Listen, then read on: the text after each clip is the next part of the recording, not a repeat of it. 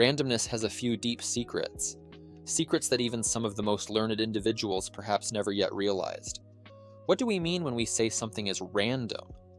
We throw the word around often enough, but what does it really mean? A coin toss, a music playlist on shuffle, black and white static noise on a TV screen, randomly choosing a number, picking a single piece of M&Ms, or Skittles from a jar, blindly aiming your bow and arrow up into the air when you shoot.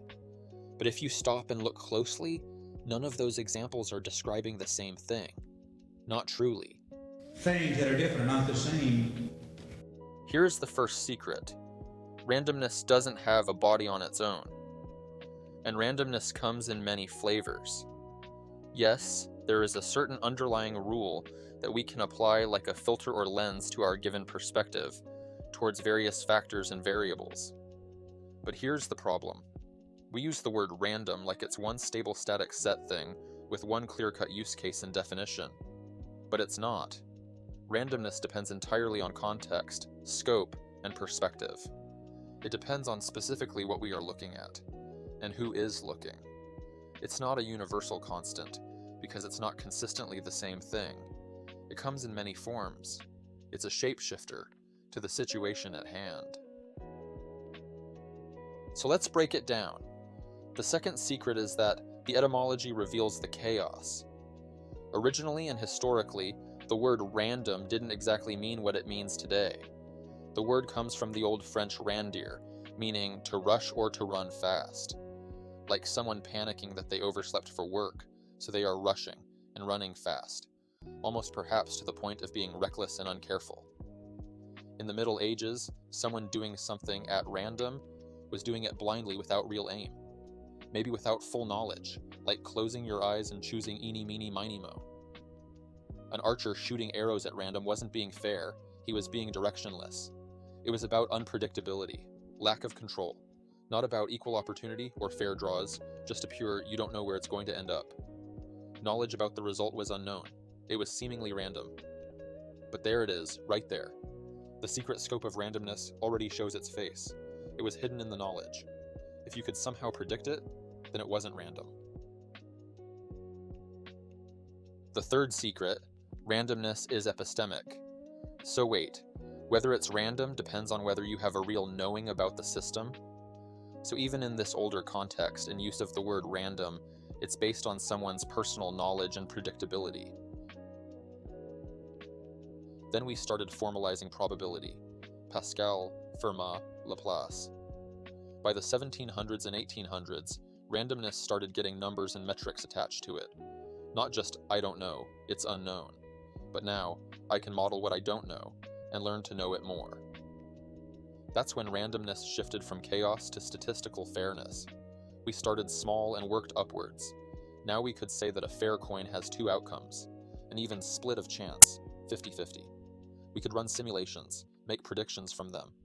Randomness became something you could foresee and control in bulk. Secret 4. Fairness is not the same as unpredictability. By the 20th century, random really started to mean something else. Every outcome has an equal chance, the same fair chance.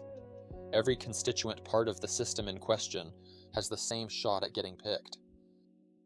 That's not simply just unpredictability, that's symmetry. The fifth secret. Randomness is a programmed illusion. Then came computers, and randomness got redefined again, this time by machines. Computers can't be truly random, they say.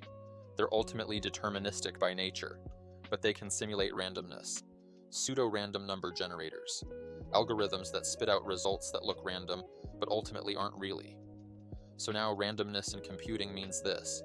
Given a certain bounded set, every possible outcome has equal probability. That's it. That's what random means in code. So now when your music app shuffles songs, it's doing a flat draw. That's not ultimate deep randomness, it's controlled variation. But this is where the cracks start to show. Secret 6. All randomness is scoped. Here's another secret. Random doesn't mean anything on its own. Contextually, it only means something when you define what it is you're drawing from. Randomness is always scoped. It depends on the boundaries you've set and how you're looking at it.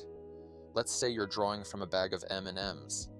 There are maybe 30 candies, 5 or 6 colors. Shaking the bag and grabbing one is random, but it's limited, bounded, finite. There are so many other different forms random could take depending on what exactly we are talking about specifically.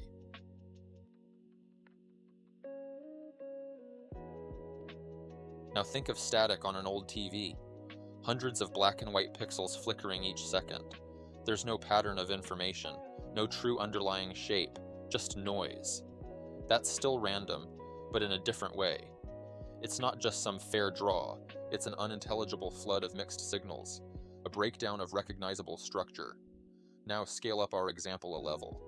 Imagine programming a computer to start generating a new image every new frame, with each and every pixel assigned a random RGB value in 64-bit color.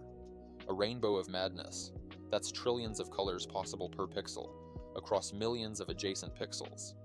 You could run that generator seemingly forever and almost never get a meaningful image. But every possible picture image ever exists in that space of possibility. The Mona Lisa is in there, your family portrait is in there. All sacred geometry, all profanity, all dreams, all nightmares. So what's random now? Each pixel? The whole image? The fact that it's buried in a possibility space too big to ever fully explore? This is where scope becomes the whole point. Randomness is simply just a measure of your current perspective, your current knowledge. What looks random from down here might be fully ordered from a higher frame. Now think about numbers. If I say pick a number, you immediately think between 1 and 10, or 1 and 100, because that's how we're trained. But randomness doesn't care about what you're used to. On the infinite number line, every number, no matter how big or small, is equally likely or unlikely. You could just as easily draw the number 1 or 10 than a number with 10,000 zeros following it. Same odds, infinite space, no favorites. Here's another secret I've realized, my 7th secret. So here's the catch. You can't evenly draw from infinity. Uniform distribution doesn't work across an unbounded infinite set. That's a mathematical impossibility. You cannot equally consider all numbers, because infinite has no end. Therefore, the moment that you start to consider choosing a number, you would never stop considering an even chance across all numbers. All numbers in this context must have a set limit, a range, a boundary we can consider. So every time we say random number, we're lying a little. When we do things on computers with random numbers, we're always choosing a bounded range. We're always shrinking the scope, limiting ourselves to a selection, to a defined set. Again, randomness isn't real on its own. It's always built inside a container, a boundary, a defined system. It's a rule and a descriptive tool.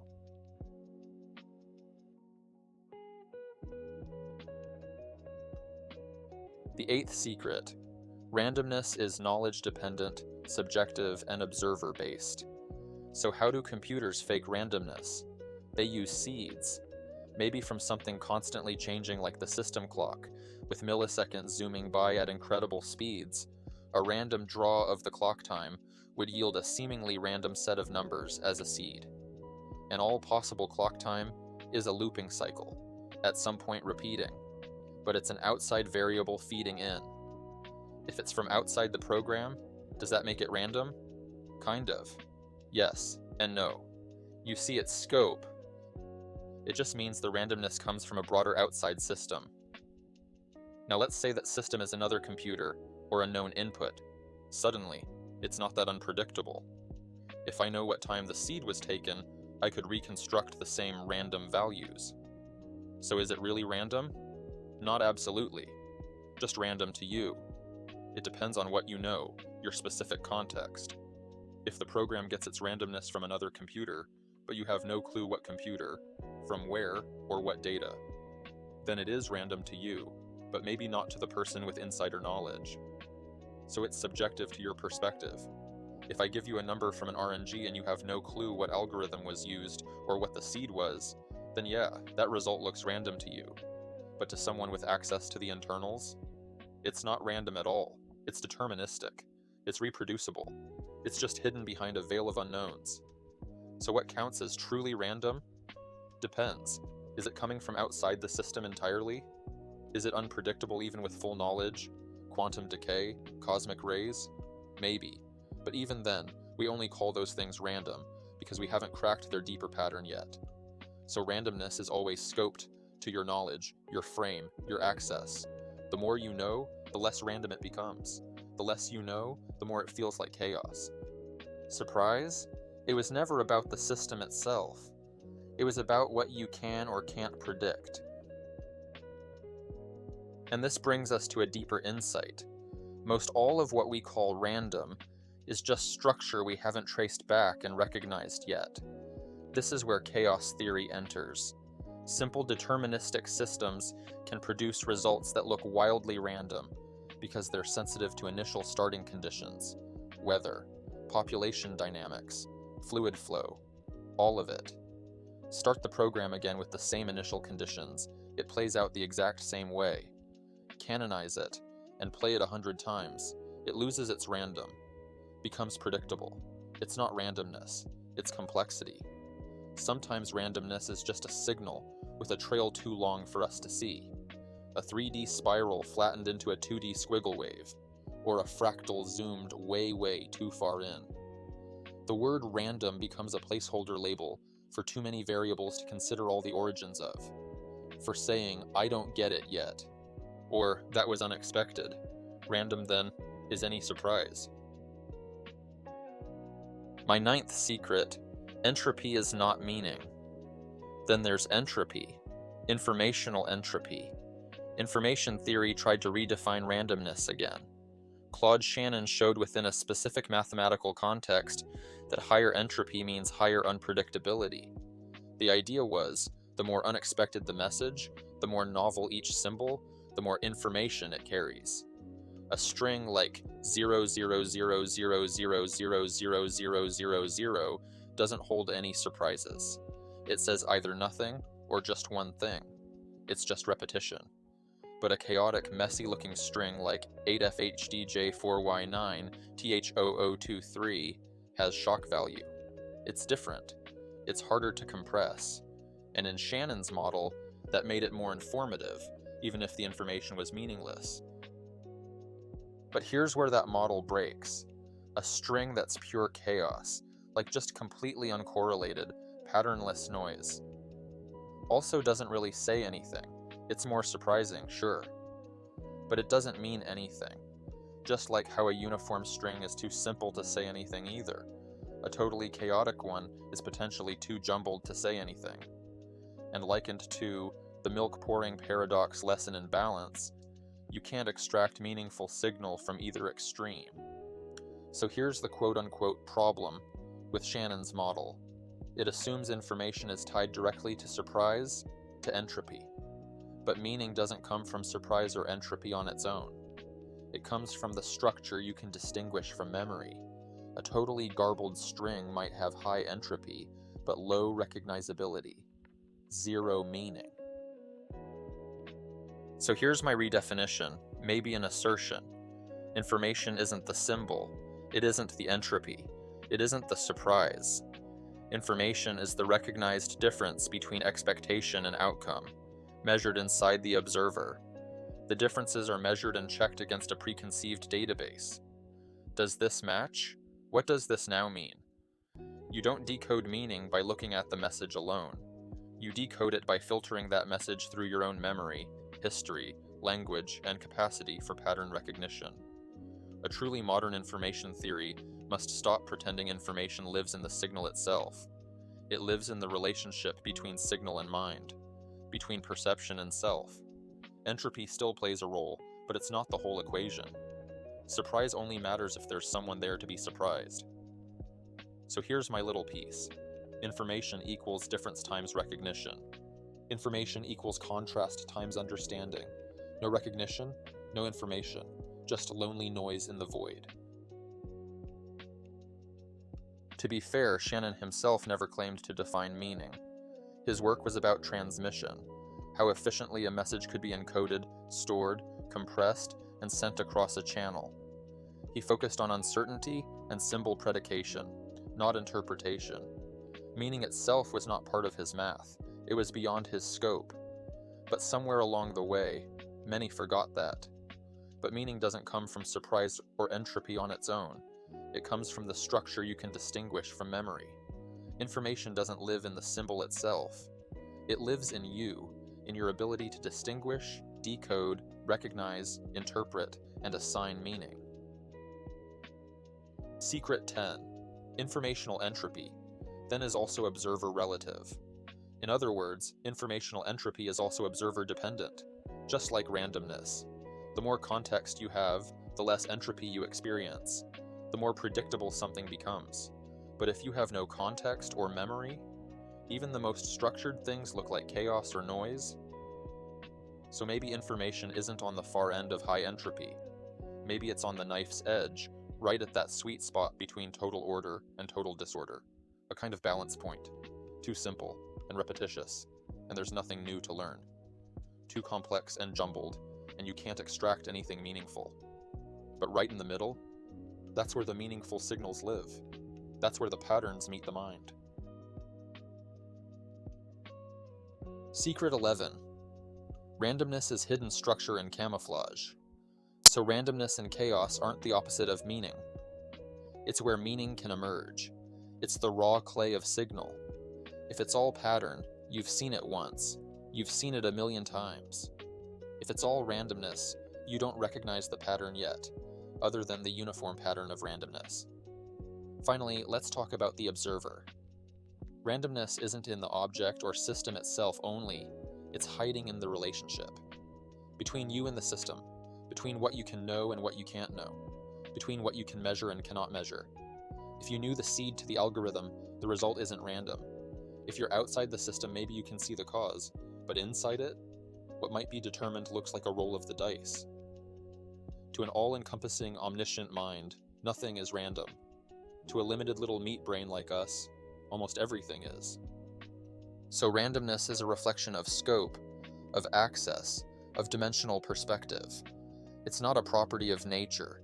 It can't be nailed down or measured once and for all. It's a shadow cast by your current level of understanding and positioning within the system. Final secret. Randomness is a veil for truth, not a truth itself. So next time someone says, "That was random," ask, random to whom? In what system? What variables? From what set? And to whose knowledge and to what observers? Because randomness isn't the opposite of structure. It's the knife's edge where structure hasn't been seen yet. Not noise, but pre-structure. It's signal waiting to be decoded. It's the sweet sound of possibility beneath the illusion of certainty. Because certainty is the real illusion. That you know how it all works. That you can predict it all. That you've seen the entire picture. So maybe randomness isn't some glitch in the system. Maybe it is the system, seen from the wrong angle, or not far enough back to see the full scope. It's not about chaos versus order. It's about what you're able to recognize in the moment. Randomness is the placeholder we use when we haven't yet solved the pattern. It's a name we give to the gap between what's happening and what we can or can't predict. Zoom out far enough, and what once looked like noise starts forming constellations. So don't be so quick to call it meaningless. Don't confuse unpredictability with lack of intelligence. Because randomness isn't the absence of order, it's the camouflage of deeper structure. Structure hiding in plain sight. The question isn't, is this random? It's, what about this system do I not yet understand? What layer of this system am I missing? What scope haven't I stepped into yet? What context haven't I realized I'm in? What is the limitation and boundary of this relationship? That's not the end of randomness. That's the beginning of understanding. And that's where the real mystery begins.